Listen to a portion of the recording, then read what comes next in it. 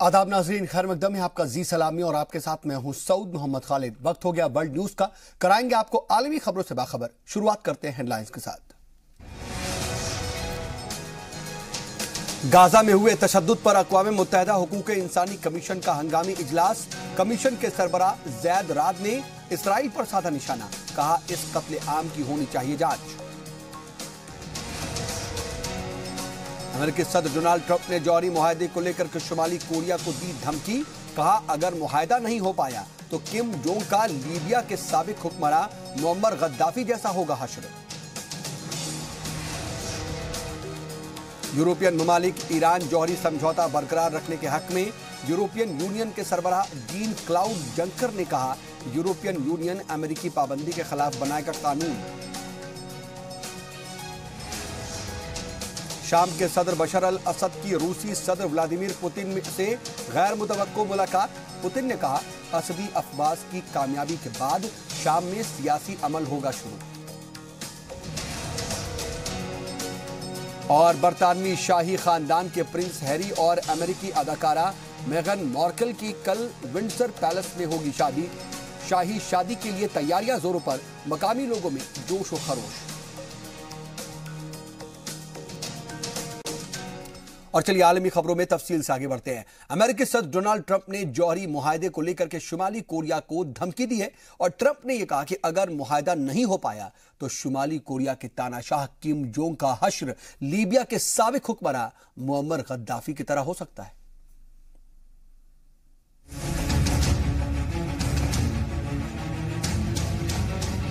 अमेरिकी सदर Donald Trump और शुमाली कोरिया के सरबराह किम जोंग उन की मुतवज्जा मुलाकात से पहले दोनों ममालिक के बीच जुबानी जंग तेज हो गई है। अमेरिकी सदर डोनाल्ड ट्रंप ने जौहरी मुआहदे को लेकर के शुमाली कोरिया को धमकी दी है। ट्रंप ने कहा कि अगर मुआहदा नहीं हो पाया तो शुमाली कोरिया के तानाशाह किम जोंग का हश्र लीबिया के साबिक हुक्मरान मुअम्मर गद्दाफी की तरह हो सकता है। That model with Gaddafi, that was a total decimation. We went in there to beat him. Now, that model would take place if we don't make a deal, most likely. But if we make a deal, I think Kim Jong-un is going to be very, very happy. वाज़ेह रही कि Trump के कौमी सलामती के Musheer John Bolton ने कुछ दिनों पहले कहा था कि वो शुमाली कोरिया के डीन्यूक्लियराइजेशन के लिए लीबिया मॉडल से मुतासिर हैं। सन 2000 की दहाइयों में लीबिया के साबिक सरबराह मुअम्मर गद्दाफी ने अमेरिकी दबाव के चलते अपना जौहरी प्रोग्राम छोड़ दिया था। बाद में बागियों के जरिए उनका कत्ल करवा दिया गया। ट्रंप ने कहा कि अगर शुमाली कोरिया कामयाब जौहरी मुआहदा करता है तो उसे हर तरह की मदद दी जाएगी। This would be with Kim Jong-un something where he'd be there, he'd be in his country, he'd be running his country. His country would be very rich. His people are tremendously industrious. If you look at South Korea, this would be really a South Korean model in terms of their industry, in terms of what they do. They're hard-working, incredible people. Trump ने 12 जून को Singapore में होने वाली बातचीत पर शुमाली Korea के रुख में तब्दीली के लिए चीन को जिम्मेदार ठहराया। उन्होंने कहा कि किम जोंग की चीन के सदर शी जिनपिंग से दोबारा मुलाकात के बाद चीजें अचानक बदल गई हैं। There has been a big difference since they had the second meeting with President Xi. With that being said, my attitude is whatever happens, happens. Either way, we're going to be in great shape. उधर Libya model पर दिए गए Trump के बयान पर शुमाली Korea भड़क गया है। हालात के मद्देनजर किम जोंग ने अपनी पार्टी के मिलिट्री लीडरों के साथ हंगामी मीटिंग की है। शुमाली कोरिया का कहना है कि अमेरिका एक तरफ जनूबी कोरिया के साथ फौजी मशक कर रहा है, वहीं दूसरी तरफ धमकी भी दे रहा है। ऐसे माहौल में बातचीत मुमकिन नहीं। ये देखना बड़ा दिलचस्प होगा कि ट्रंप किम के बीच 12 जून को सिंगापुर में होने वाली मीटिंग का क्या हश्र होता है। ब्यूरो रिपोर्ट, जी सलाम। और हमारे साथ इस पर मजीद बातचीत के लिए फॉर्मर डिप्लोमेट लखन लाल मेहरोत्रा साहब फोनलाइन के जरिए जुड़ चुके हैं। लखन सर, बहुत इस्तकबाल आपका जी सलाम पर। जी सर, ये जो अचानक बातचीत बहुत अच्छी तरीके से जो है आपस में रिश्ते बहुत जल्दी से बेहतर हो रहे थे, ऐसा लग रहा था कि बहुत जल्दी ही बातचीत होगी और बहुत अच्छे माहौल में होगी, दोनों अपने अपने कदम भी पीछे उठा रहे थे। अचानक जो ये तब्दीली आई है और जो ये रुख में सख्ती आई है, इसका असर क्या जून में होने वाली मुलाकात पर भी नहीं पड़ेगा? मैं ये सोचता हूँ कि मुलाकात के पहले दोनों पार्टियां अपने अपने मुद्दे तैयार कर रही हैं और उनको ये कोशिश में है कि किसी भी तरीके से किसी भी पार्टी का पलड़ा नीचे झुका न दिखे। तो जब बोल्टन ने ये कहा कि लीबिया जैसा उनका इलाज हो सकता है, जो गद्दाफी के साथ में किया गया वो किम के साथ भी हो सकता है, तो किम उबल गए, ये आपको पता है जी। और किम ने ये कहा कि भाई अगर आपको डी न्यूक्लियराइजेशन चाहिए तो आप अकेले मुझसे नहीं ले सकते हैं, एक तरफा कोई बातचीत होने का सवाल ही नहीं है। बेशक। तो आज की तारीख में अब जो ट्रंप ने कहा है वो उनको आश्वासन दिया है। उन्होंने कहा कि गद्दाफी के केस से इसका कोई भी मुकाबला है नहीं और किम को बिल्कुल निश्चिंत रहना चाहिए, अगर वो हमारा साथ देंगे तो हम उनका साथ देंगे। तो मैं ये सोचता हूँ कि सारी बात का निचोड़ इसी मंशा में है। ठीक है, लेकिन सर ये जिस तरह की जबान का इस्तेमाल हो रहा है, क्या ये ठीक है अगर वो सीधे तौर पर ये कह रहे हैं कि मोहम्मद गद्दाफी जैसा हाल होगा, उसके बाद किम जोंग भी भड़क गए, इस तरह के हालात में, इस तरह की जबान में, इस तरह के लहजे में जब बात होगी तो फिर बातचीत कैसे अच्छी होगी? हाँ नहीं, वो किम ऐसा आदमी नहीं है जो इस तरीके से झुक जाए और मेरे ख्याल से ट्रंप की समझ में ये आ गया है, इसीलिए आज उन्होंने उसका थोड़ा निदान दिया है और उन्होंने ये कहा है कि इतने घबराने की जरूरत नहीं है, हम तो 12 जून के समिट का इंतजार कर रहे हैं और हमें पूरी उम्मीद है कि किम डीन्यूक्लियराइजेशन के लिए तैयार हो जाएंगे और हम भी उन्हें काफी खुश रखना चाहते हैं। तो मैं ये सोचता हूँ कि ये थोड़े दिन की बहस बीच बीच में चलती रहेगी, थोड़ा इधर उधर से थोड़ा खतरा उनको मद्देनजर आएगा और उसके अलावा जो मिलिट्री एक्सरसाइजेज हैं उससे भी थोड़े किम भड़क गए। नहीं सर, ये मिलिट्री एक्सरसाइज को लेकर के क्या सिर्फ एक बहाना बनाया जा रहा है? क्योंकि ऐसा तो है नहीं कि मिलिट्री एक्सरसाइज बीच में बंद हो गई हो और फिर अभी हो। अभी तो किम जोंग के रुख में बहुत ज्यादा तब्दीली थी। अब जब मिलिट्री एक्सरसाइज की लेकर के बात को एक बार लेकर के फिर से वो नाराजगी जाहिर कर रहे हैं, तो इसका मतलब क्या समझा जाए? नहीं, लेकिन वो बाद में किम ने उसके बारे में भी कह दिया कि भाई वो मिलिट्री एक्सरसाइज से मुझे कोई इतनी दिक्कत नहीं महसूस होती है, वो होती रही है, लेकिन जब समझौता होगा तो वो एक तरफा ना हो। मतलब ये है कि अगर डी न्यूक्लियराइजेशन के लिए वो राजी होंगे किम और ट्रम्प की बातचीत के दौरान, तो वो इसी शर्त पे होंगे कि साउथ कोरिया में भी उसका उत्तर वैसे ही दिया जाएगा कि उनके डी न्यूक्लियराइजेशन का भी इंतजाम होगा और अमेरिका के जो वहां पर न्यूक्लियर प्रेजेंस है वो वहां से हट जाएगी। तो मेरे ख्याल से जो बातचीत होने जा रही है 12 जून को, वो इसी मुद्दे पे कोई ना कोई डील करने की बातचीत हो रही है और उसके लिए बैकग्राउंड में दुनिया भर के तैयार किए जा रहे हैं।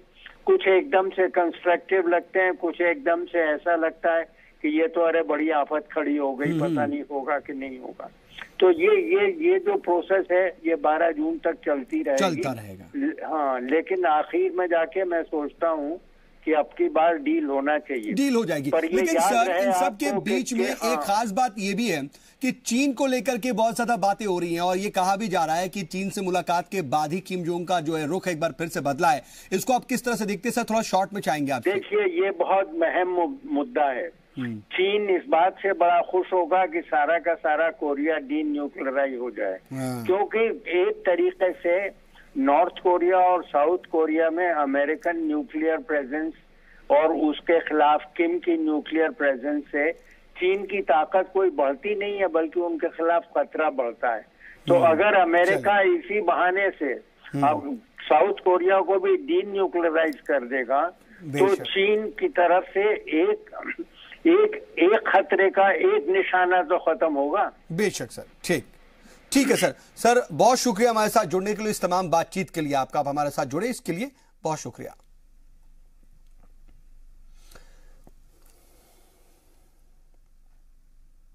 चलिए बढ़ते आगे। इधर इन सब के बीच यूरोपियन यूनियन ने यह कहा है कि वो अमेरिका के इनखला के बावजूद ईरानी जौहरी समझौते की पासदारी के लिए अहदे पाबंद है और जुमेरात को बुल्गारिया में यूरोपियन और बल्कान ममालिक के वज़राए खारजा की मीटिंग के बाद यूरोपियन यूनियन के सरबराह जीन क्लाउड जंकर ने यह कहा कि यूरोपियन यूनियन ईरानी जौहरी की पादाश में यूरोपियन कंपनी पर अमेरिकी पाबंदी के खिलाफ कानून बनाएगा। उन्होंने यह कहा कि यूरोपियन ममालिक के मफाद का ख्याल रखना यूरोपियन यूनियन की जिम्मेदारी है। अब अमेरिकी पाबंदी के बावजूद यूरोपियन कंपनी ईरान के साथ तिजारत कर सकेंगे, यह बात भी कही जा रही है। Ensuite, nous avons décidé de permettre à la Banque européenne d'investissement हम ईरान के साथ समझौता बरकरार रखना चाहते हैं। हम लोगों ने फैसला किया है कि यूरोपियन इन्वेस्टमेंट बैंक ईरान में सरमायाकारी करेगा। यूरोपीय कमीशन ईरान के साथ ताल्लुकात बहाल रखेगा। हम ईरानी हुकूमत के साथ लगातार बातचीत कर रहे हैं।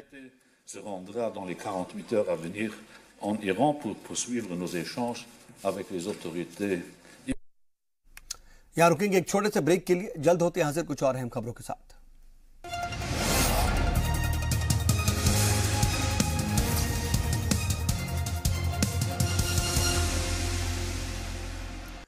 ब्रेक के बाद एक बार फिर से आपका इस्तकबाल है। खबरों के सिलसिले को आगे बढ़ाते हैं और इस वक्त अमेरिका के टेक्सास से एक बड़ी खबर आ रही है, सीधा उसी का रुख करते हैं।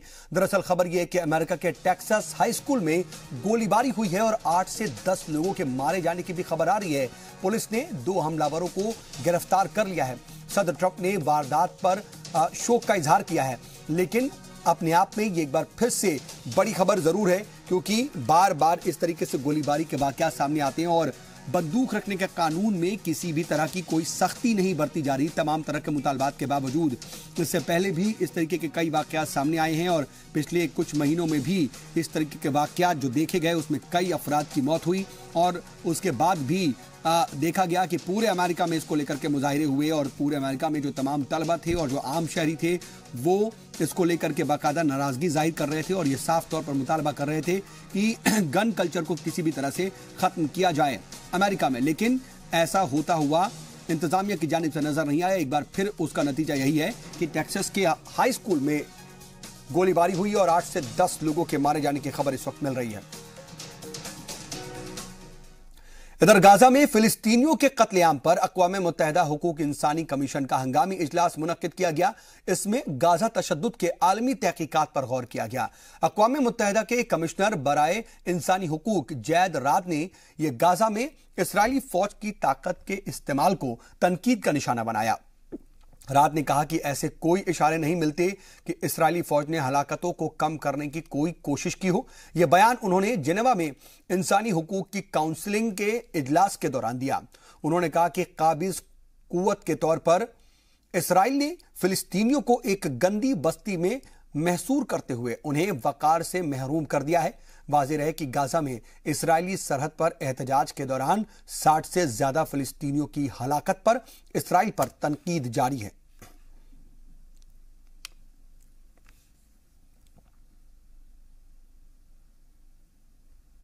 Nobody has been made safer by the horrific events of the past week. The human rights situation in the occupied Palestinian territory continues to deteriorate. Settlement building has again accelerated this year, together with rising settler violence. Demolitions of private property continue, including punitive demolitions, which constitute a deplorable form of collective punishment. और उधर अरब league ने Gaza में फिलिस्तीनियों के कत्लेआम का आज़दाना तौर पर बैनुल अक़वामी तहकीकात का मुतालबा किया है और काहिरा में अरब वज़राए खारजा की हंगामी इजलास से खिताब करते हुए अरब लीग के सेक्रेटरी जनरल अहमद अबी गीत ने कहा कि अमेरिकी सिफारत खाने की यरूशलेम मुंतकली के फैसले को हर सतह पर मुस्तरद कर दिया गया है और इस गैर जिम्मेदाराना फैसले से पूरे खित्ता ही एक तरह से कशीदगी में यहां पर फैल गई है और कशीदगी में मुलविस हो गया है। वहीं सऊदी अरब के वजीर खारजा आदिल अल जबीर ने यह कहा कि अमेरिकी सिफारत खाने के यरूशलेम मुंतकली बैनुल अक़वामी कानून की सरासर खिलाफ वर्जी है। उन्होंने यह भी कहा कि निहत्ते फिलिस्तीनियों पर जुल्म किसी भी सूरत में बर्दाश्त नहीं किया जाएगा।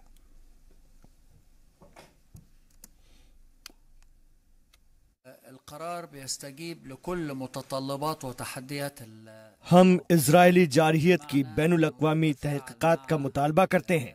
ग्वाटेमाला में अमेरिकी तक़लीद में अपना सिफारत खाना यरूशलेम मुंतकिल किया है। हम उसकी मजम्मत करते हैं। इस मुल्क और ऐसा ही इक़दाम करने वाले दूसरे ममालिक के साथ अरब लीग के रुकन ममालिक के ताल्लुकात पर नजरसानी की जाएगी।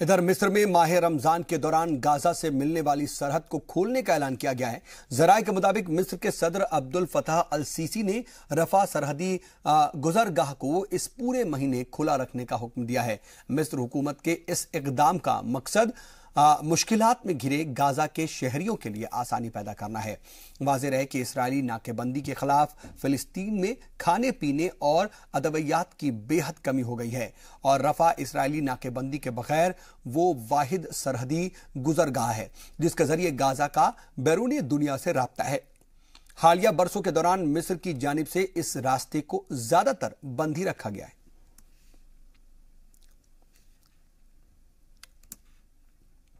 सीरिया के सदर बशर अल असद ने रूसी शहर सोची में रूस के सदर व्लादिमीर पुतिन से मुलाकात की है और इस दौरान पुतिन ने असद हुकूमत को बागियों के खिलाफ मिली कामयाबी के लिए मुबारकबाद दी। पुतिन ने कहा कि असदी अफवाज की कामयाबी ने सीरिया में अजसर नौ तामीर और बड़े पैमाने पर सियासी अमल का माहौल बना दिया है। रूसी सदारती महल क्रेमलिन के तर्जुमान दमित्री पेस्कोव ने मीडिया को बताया कि दोनों लीडरान के बीच दो तरफा ताल्लुकात पर भी बातचीत हुई और क्रेमलिन की तरफ से जारी एक बयान में पुतिन के हवाले से कहा गया कि शाम में सियासी अमल शुरू होते ही गैर मुल्की अफवाज शाम को छोड़ देंगे।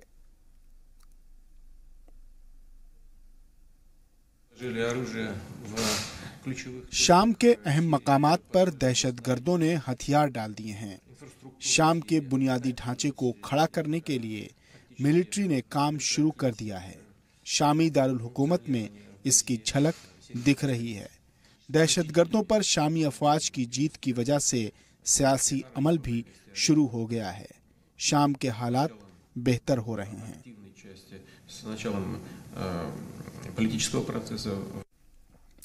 और इधर रूस के साबिक जासूस सरगेई स्क्रिपाल को अस्पताल से छुट्टी मिल गई है। वो कई महीने से जेर इलाज थे। वाज़ेह रहे कि ब्रिटेन ने सेलिसबरी शहर में सरगेई स्क्रिपाल और उनकी बेटी यूलिया को जहर दिया गया था और 12 मार्च को 66 साल के रिटायर्ड जासूस स्क्रिपाल और उनकी 33 साला बेटी सेलिसबरी सिटी सेंटर में एक बेंच पर बेहोशी की हालत में पाए गए थे। तभी से उनका इलाज चल रहा था। बरतानिया हुकूमत ने इसे नर्व एजेंट हमले के तहत रूस को जिम्मेदार ठहराया था और इस दौरान बरतानिया और रूस के बीच हालात कशीदा भी हो गए थे। इसके बाद बरतानिया की हिमायत करते हुए अमेरिका, नाटो समेत 2 दर्जन मगरबी ममालिक ने 150 से ज्यादा रूसी सिफारतकारों को बर्खास्त तक कर दिया था।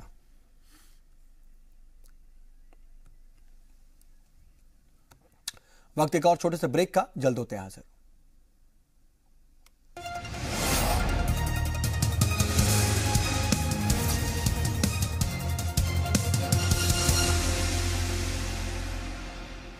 ब्रेक के बाद एक बार फिर से आपका इस्तकबाल है। खबरों के सिलसिले को आगे बढ़ाते हैं। अमेरिका और चीन के बीच तिजारती कशीदगी कम होने का नाम नहीं ले रही है और इन सब के बीच लगातार हालात ठीक नहीं चल रहे हैं। हालांकि पहले दौर की बातचीत की नाकामी के बाद दूसरे दौर की बातचीत भी शुरू हो चुकी है, लेकिन टैरिफ को लेकर के बात नहीं बन पा रही। इस बीच अमेरिकी सदर ट्रंप ने कहा कि चीन ने जिस तरह की पॉलिसी अपना रखी है उसके मुस्बत नताइज निकालना मुश्किल है। आपको बता दें कि अमेरिका ने 150 अरब डॉलर की कीमत की चीनी जो तमाम अशिया हैं उन पर 25% टैक्स लगाने की धमकी दी थी। इसके जवाब में चीन ने 50 अरब डॉलर की अमेरिकी अशिया पर टैरिफ लगाने की बात कही थी। दोनों ममालिक बातचीत से मसले का हल निकालने की कोशिश कर रहे हैं, लेकिन अब तक कोई भी पेशरफ्त नहीं हो पाई है।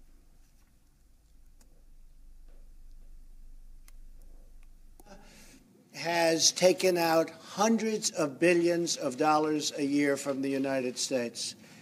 And I explained to President Xi, we can't do that anymore. We just can't do that anymore. It's a much different situation. But with all the years and all the years that you've covered, trade and nations and wars and everything else, You've never seen people come over from China to work on a trade deal.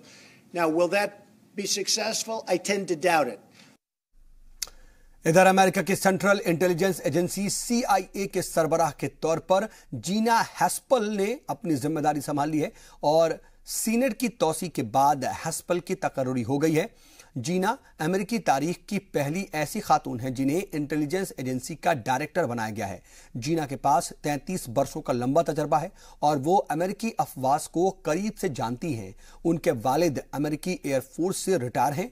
बता दें कि इससे पहले Mike Pompeo CIA के director थे, लेकिन अमेरिकी वजीर खारजा बनने के बाद CIA के डायरेक्टर का ओहदा खाली था। हालांकि जीना की तकर्रुरी पर डेमोक्रेट्स ने सवाल खड़े किए। जीना हैस्पल पर इंसानी हुकूक की पामाली का इल्जाम लगा है।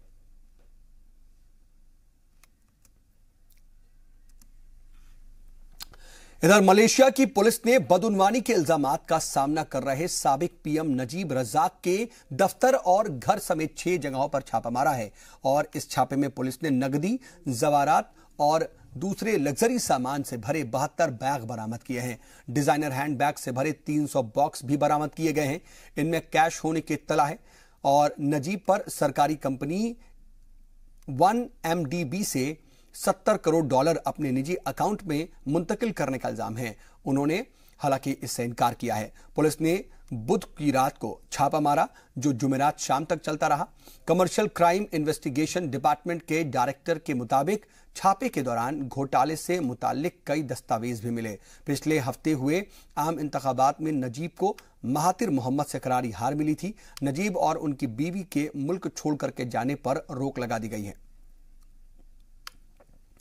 इधर अमेरिका के हवाई जजीरे में दुनिया का अब तक का सबसे बड़ा आतिशफशा धमाका हुआ है। कई दिनों से आग उगल रहा क्लेवा आतिशफशा अचानक फट गया और ये इतनी जोर से फटा कि इसके फटने के बाद इसका लावा 30,000 फीट से ज्यादा की ऊंचाई तक उछला।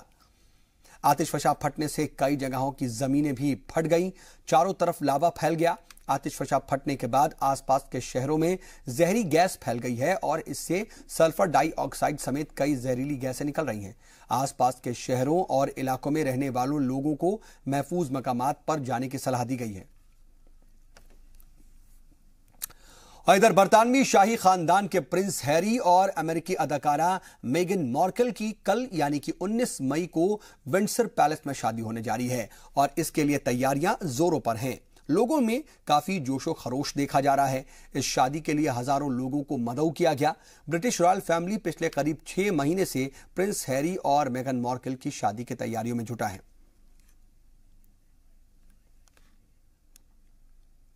और वर्ल्ड न्यूज में आज के लिए इसी के साथ बस इतना ही। बने रहिए जी सलाम के साथ।